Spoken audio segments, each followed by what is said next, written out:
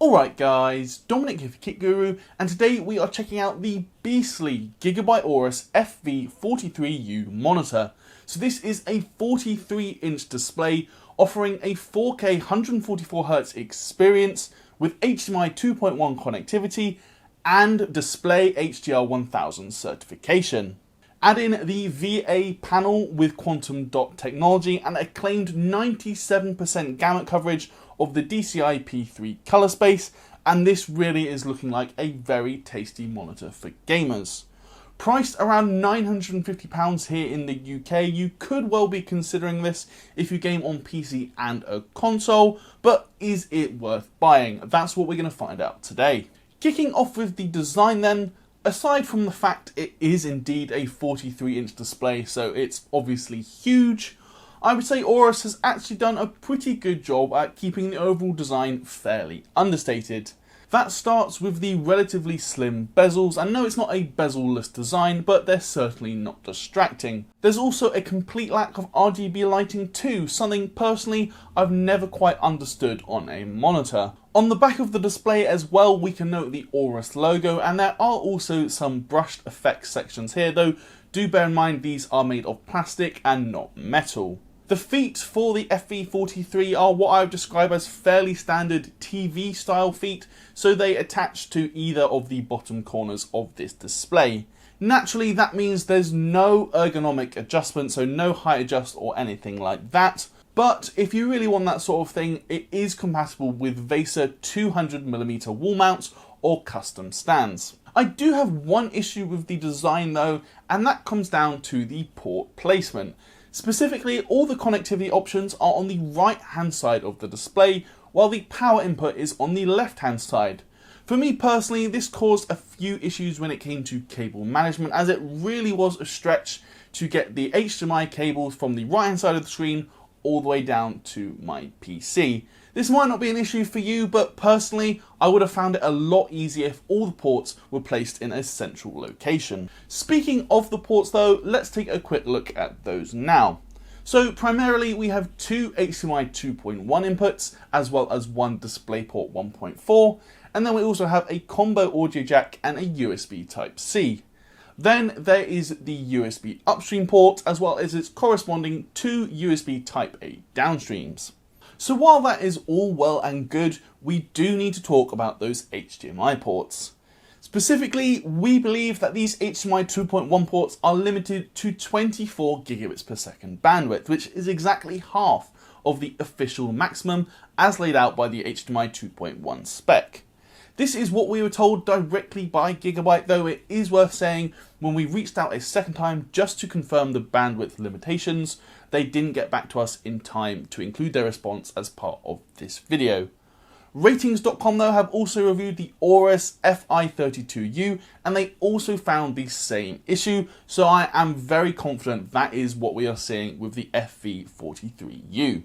Though this is definitely far from ideal, the good news is if you have a latest generation GPU from Nvidia, so the RTX 30 series, or AMD's RX 6000 series, those GPUs can run DSC over HDMI 2.1. So with one of those GPUs, you will still be able to get a 4K 144Hz 10-bit image with no chroma subsampling.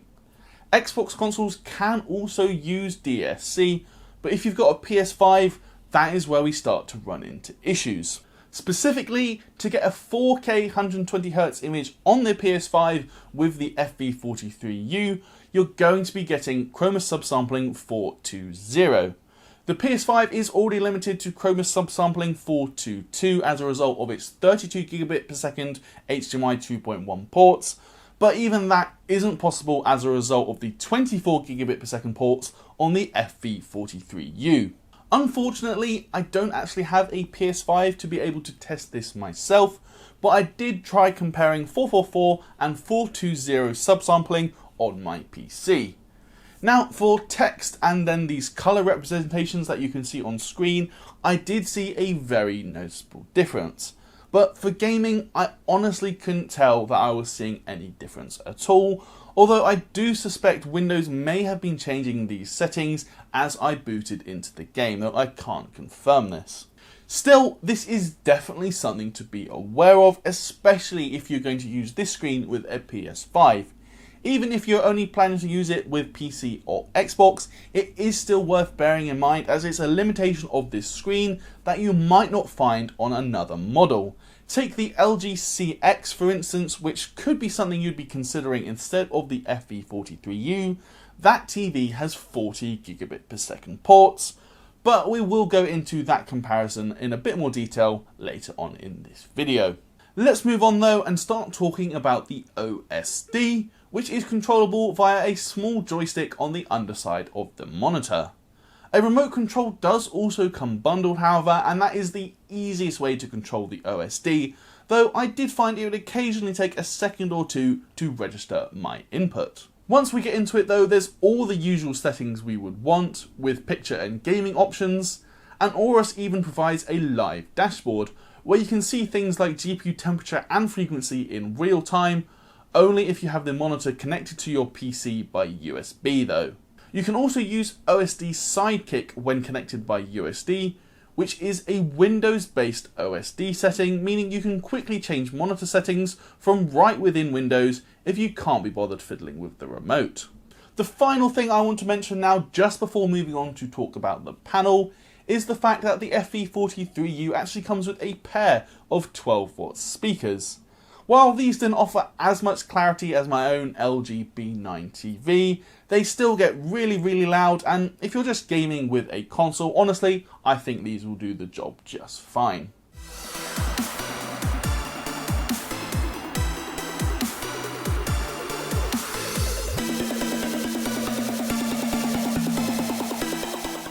Let's move on though to start talking about what it's actually like to use this display, starting with my first impressions. I have to say these were really positive, with the colours looking nice and vibrant, no doubt thanks to the quantum dot technology present, and the contrast was also very noticeable. Contrast is usually a strong point for a VA panel, but I have tested quite a lot of VA screens now, and I have to say the contrast on the FV43U really did stand out the most to me. Whipping out our SpiderX colorimeter to do a few tests, we can see why I thought that was the case. That's because we saw a peak reading of 4,220 to 1, which is a really impressive contrast ratio even by VA standards. Peak brightness also hit 800 nits, and to be honest, for SDR use, I prefer to keep it around 30% brightness, as it could actually get quite painful on your eyes if you crank it all the way. Gamut testing is also very impressive, with the FV43U pretty much spot on in terms of Gigabyte's claims.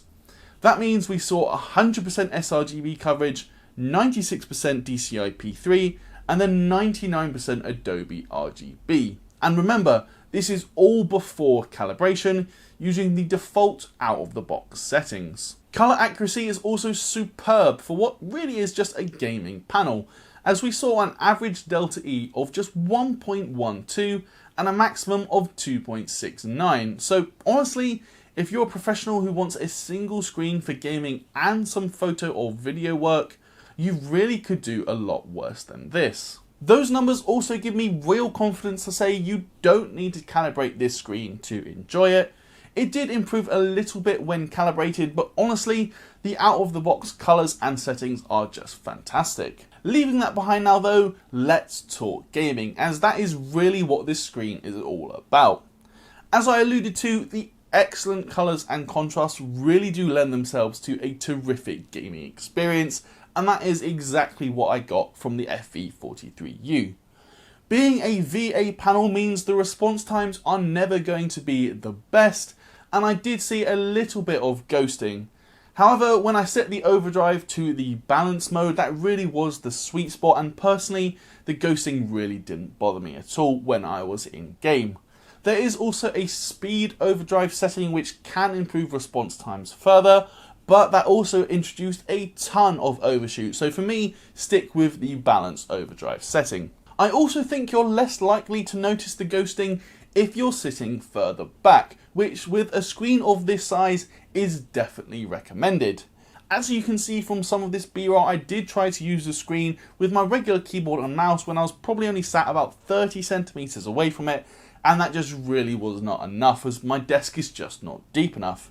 If you're sat on a sofa though, or you've got a much deeper desk than mine, that's going to be a recommended situation, and honestly there, I really don't think you're going to notice the ghosting as much. Speaking of sitting on a sofa, if you're looking at this FV43U, I think there's a good chance you're considering it as a sort of TV replacement, and honestly, I think that could work well. Usually my concern with using a monitor instead of a TV would be with the viewing angles, but honestly for this screen, despite being a VA, I honestly found that the viewing angles were pretty good.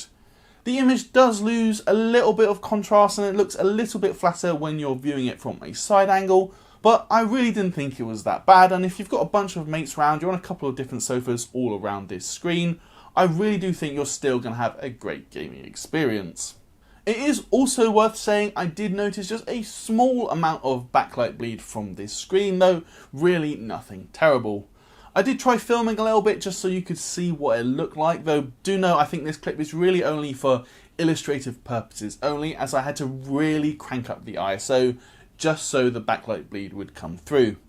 In the real world, when actually gaming, it simply was not an issue for me. I think it's only if you're sat looking at a static all black image that you're really going to start to notice it, but that just isn't a realistic scenario for a gaming screen. So, like I said, when actually gaming, the backlight bleed simply did not bother me.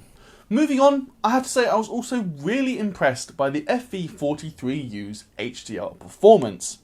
Coming into my testing, I was skeptical about how good the HDR was going to be, as despite having HDR 1000 certification, there's no full array local dimming. Instead, this screen uses a form of edge-lit dimming, which typically isn't as good. That said, the dimming zones are actually disabled by default, but the HDR still really helps the image. In Cyberpunk, for instance, I was noticing a lot more detail and less blown out areas when using HDR instead of SDR. And that was similar in Horizon Zero Dawn, with superb peak brightness that just looked better than SDR. There's also 4 different HDR modes to choose from within the OSD, but for me the HDR game option just looked the best. Just before moving on to our latency testing, there's a couple of other points I want to mention. The first is adaptive sync, so while there's no hardware G-Sync module, I was able to use this screen with an RTX 3090 without any issues, so no flickering, nothing weird like that we sometimes see if you're using FreeSync on a NVIDIA GPU. It worked perfectly, so if you have an NVIDIA GPU and you're thinking about getting this screen, it gets a thumbs up from me in that regard. The second point I want to mention though is less positive, and here I'm talking about the appearance of text. So I did some reading into this, and it would seem that the FV43U uses a BGR subpixel layout instead of RGB, and this can make text look fuzzy in some situations. Windows ClearType can definitely help with this, so I definitely recommend enabling that setting. But even then, if you're planning on doing loads of text-heavy work with this screen, it may be something to consider. When gaming though, opening third-party applications like that, it really wasn't a problem for me, but it is just something I wanted to mention. Finally, we come to our latency testing, and this is done with NVIDIA LDAT. Here we are measuring end-to-end system latency, so that's the length of time it takes from the click on a mouse to something happening on screen. So it's not specifically just the input latency of the monitor itself, but as we can standardize the test process using the same GPU and test setup, we can make the monitor the only variable. That being said, I have actually just changed how we're going to be using LDAT, so right now we don't have any comparison data, but as we test more monitors, we will be adding to this chart. As we can see though, average end-to-end system latency came in at just over 19 milliseconds, which seems like a very strong result. In any case, in terms of my subjective use case, I really didn't notice any input lag at all. I did play a few rounds of Call of Duty and it really didn't feel like there was any processing delay on the monitor side, so really I can have no complaints.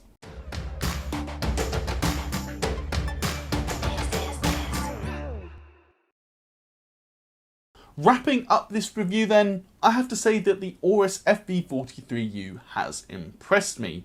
It starts off with excellent colour reproduction, while the 4K high refresh rate makes for a great gaming experience. We also have a really good HDR implementation, which I have to say I didn't expect, and then of course that really punchy contrast just adds to a strong overall image. Unfortunately, the issue with the HDMI 2.1 ports being limited to 24 gigabits per second in bandwidth really does not help this screen.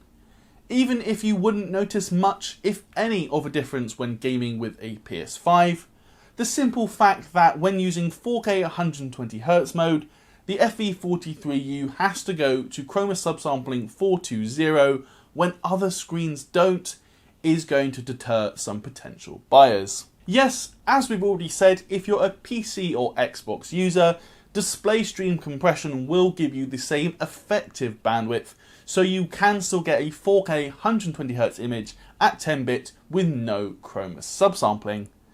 However, even then, my RTX 3090 shouldn't have to use DSC to get those settings, as you should be able to get that through a 40 gigabit per second HDMI 2.1 port, which is still below the official maximum bandwidth. I just have to say that this is a real shame for me, as otherwise the FV43U is ticking a lot of boxes. I can only imagine that Gigabyte did this to cut costs, but I just don't think it was worth it, as it does hurt the appeal of the display.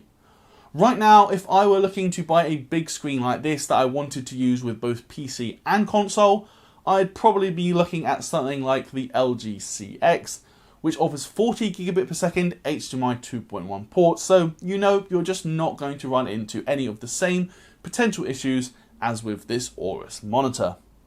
Anyway guys, that is going to do it for this review. If you liked it, please toss me a thumbs up, and as always, let me know your thoughts down below.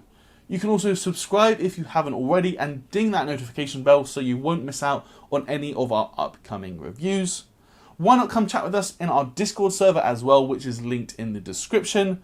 And while you're there, you could even consider backing us on Patreon, where you can see some of our content early and get access to exclusive giveaways. Until then though guys, I'm Dominic, and I'll see you in the next video.